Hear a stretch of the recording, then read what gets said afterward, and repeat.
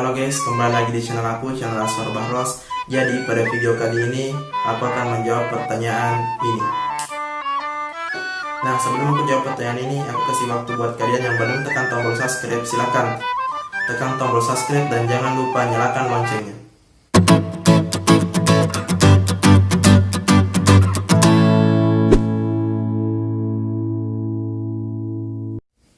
Sebenarnya kita semua ini punya uang, tapi uangnya sama Allah. Kok nggak dikasih? Karena kita belum butuh. Allah tahu ketika kita sudah butuh, Allah bakal kasih kita uang itu. Perlu kita ketahui bahwa seharusnya kita sebagai manusia harus bisa membedakan antara keinginan dan kebutuhan. Karena itu sangat berbeda. Beda keinginan dan beda kebutuhan. Bagaimanapun cara kita meminta kepada Allah, bagaimanapun cara kita berdoa kepada Allah, jika itu hanya merupakan keinginan tapi kita belum membutuhkannya, Allah nggak bakal ngasih. Berbeda dengan kebutuhan, walaupun kita nggak minta, tapi ketika Allah melihat, wah, hambaku sedang butuh ini, pasti Allah ngasih kepada kita. Percaya.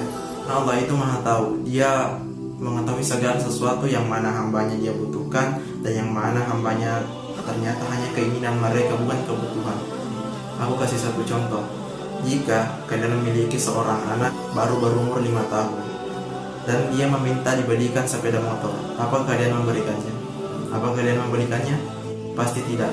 Karena anak yang baru berumur 5 tahun itu nggak layak pakai motor, bukan waktunya untuk menggunakan motor. Allah tahu banget yang mana kita butuhkan dan yang mana kita inginkan. Akan tetapi jangan pernah berputus asa untuk selalu meminta kepada Allah, karena Allah itu sangat menyukai hamba yang selalu meminta. Bahkan ketika kita nggak minta apa-apa sama Allah, itu berarti kita sombong kepada Allah. Dan sifat sombong sangat dibenci Allah. Makanya kalau habis sholat itu minimal kita duduk, minta doa, meminta apa yang kita butuhkan. Dan jangan pernah kalian habis sholat langsung lari, habis sholat langsung keluar masjid.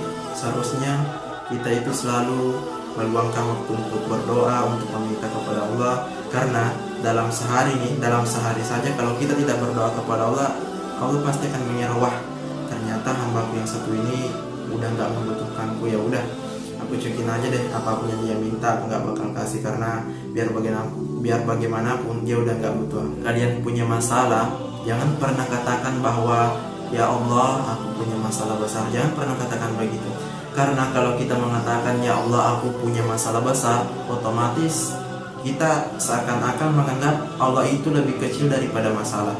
Sedangkan sifat yang Allah miliki itu adalah Allahu Akbar, Allah Maha Besar.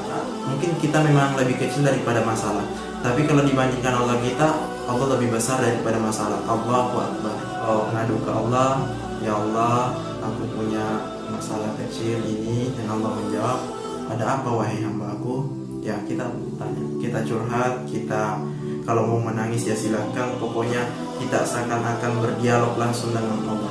Seluruh yang ada dalam hati kita, pokoknya kita ngadu ke Allah. Karena nggak ada tempat mengadu selain ke Allah. Jangan pernah mengadu di media sosial seperti Facebook, WhatsApp, Instagram, lain dan sebagainya. Pokoknya tempat ngadu yang paling baik adalah Allah. Karena pernah menyebarluaskan apapun yang kita adukan ke dia, apapun yang kita sampaikan, kalau ada masalah langsung ngadu ke Allah. Jangan ngadu ke media sosial, karena media sosial bisa saja berdampak buruk buat kalian.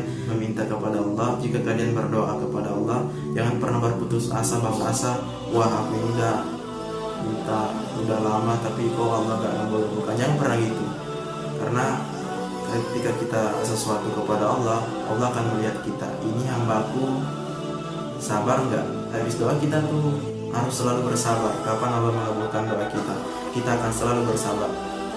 Tapi ini saya udah sabar, ya sabar lagi. Yang namanya sabar itu nggak boleh diungkap-ungkap. Sabar saja. Ini aku udah sabar, sabar lagi. Ini aku udah sabar lagi. Sampai kapan aku harus bersabar? Ya sabar lagi, sampai benar-benar Allah mengakui kesabaran kita. Ini aku kasih contoh ya.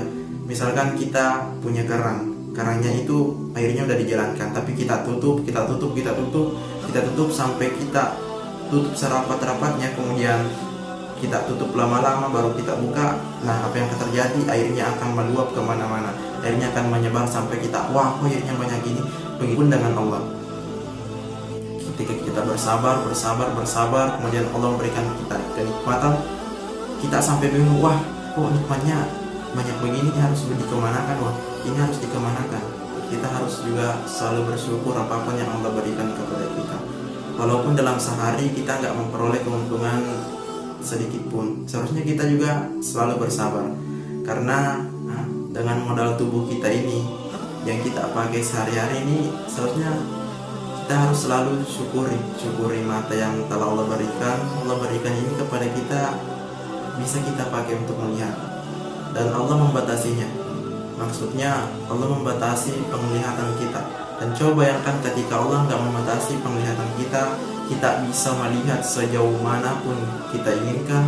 Mungkin itu akan mengganggu kita. Misalkan kita sedang makan nih, kemudian tetangga kita ini sedang BAB. Sementara kita makan, kemudian kita menengok ke samping rumah kita, kemudian kita melihat yang sedang BAB.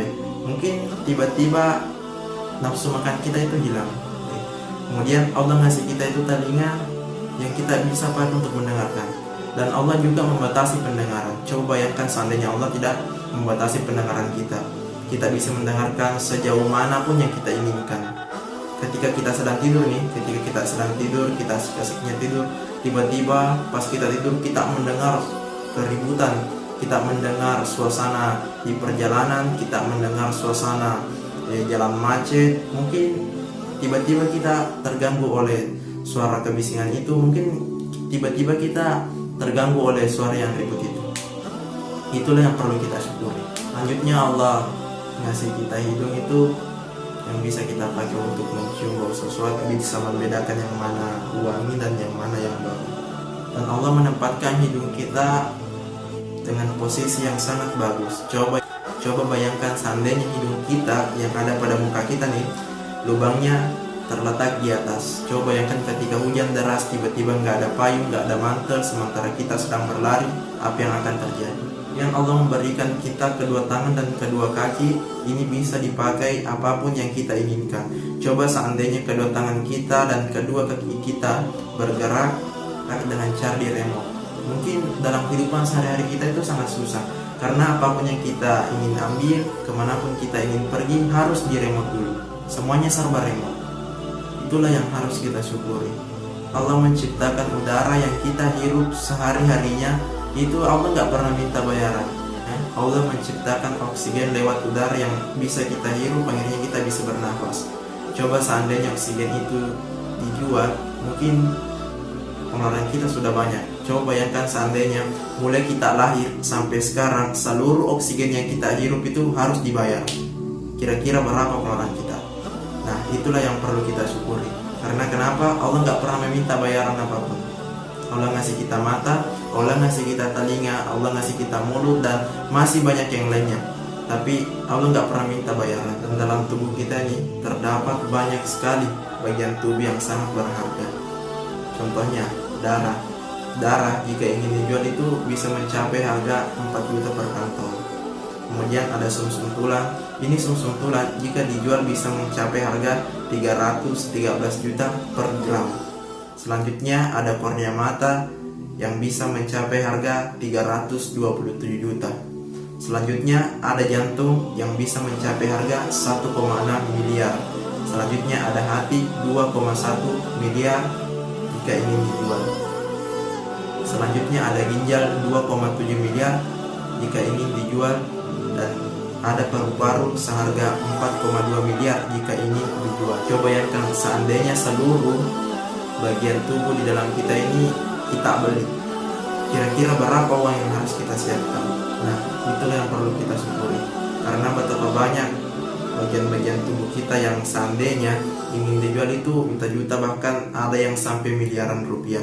Akan tetapi Allah memberikan kepada kita itu semuanya secara free, secara gratis. Allah gak pernah meminta bayaran sedikit. Jadi saran aku buat kalian, jangan pernah berputus asa.